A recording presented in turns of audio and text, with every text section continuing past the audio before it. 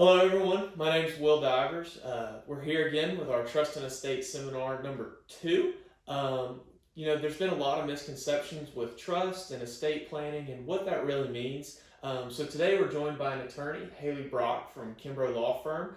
And so she's here just to help us understand some stuff when it comes to trust and estates. Hailey, thank you for joining us. Thank you so much for having me.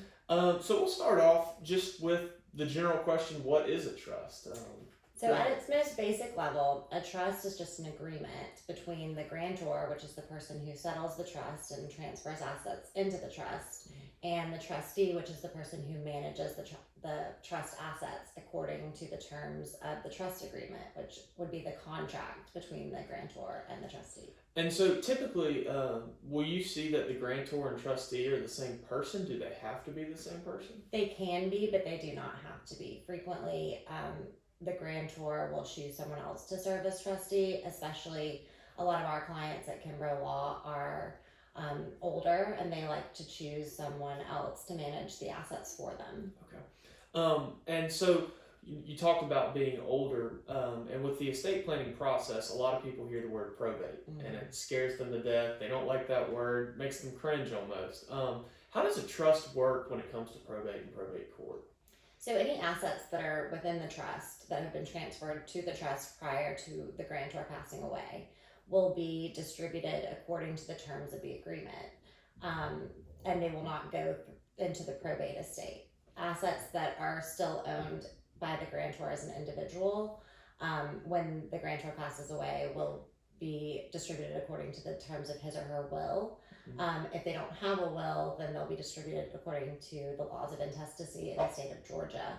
But anything that's within the trust will avoid probate altogether. And I think that's something really good to know, that a lot of people will appreciate because they don't like the word probate. So knowing that a trust will actually go around probate seems to make a lot of people happy. And within that, a lot of times we'll have conversations with clients, and I'm sure you do as well, about a revocable versus irrevocable trust. What are some of the main differences between the two of those? So the main difference really is just that a revocable trust can be changed at any time. It can be revoked. The beneficiaries can be changed. The terms can be changed. With an irrevocable trust, you can't change it. Once it's created and signed, it can't be revoked. Okay. And with it being set in stone, a lot of people are worried about the safety of the assets that are in the trust. Is there an added layer of safety that having a trust will provide someone? Yes. For asset protection purposes, if you use an irrevocable trust, it can be very useful to protect the assets from the grantor's liabilities, creditors, and also from the beneficiaries' potential liabilities and creditors. A revocable trust will not serve that purpose.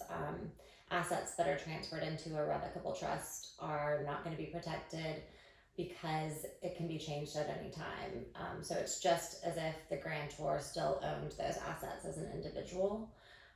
But it can still be useful for avoiding probate, and we also use revocable trusts in a couple of other scenarios, but not for asset protection purposes. And you mentioned asset protection too. I think a lot of people are worried about protecting their family as well when it comes to a trust. What are some of the things that y'all talk about with clients when it comes to protection of family? Well, depending on the family, because every situation is different. Sometimes family members are concerned about son or daughter and their spending habits, and they don't want the trust assets to be distributed outright to that person. Other times they're concerned about potential divorce down the road, and they want to protect the trust assets from the potential liabilities there. And I think that's a pretty big point. And as sad as it is to say, in the United States, the divorce rate is around 50%.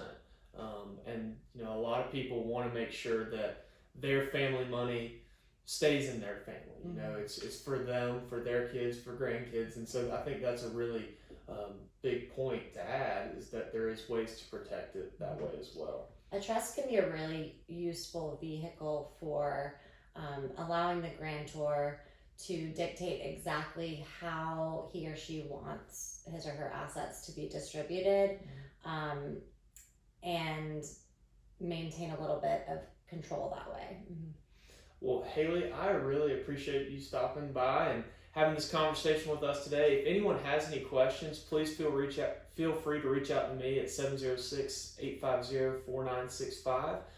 Hailey's email will be in the comments as well if you would like to reach out to her. And thank you so much. Thank you for having me. I appreciate it. Thank you.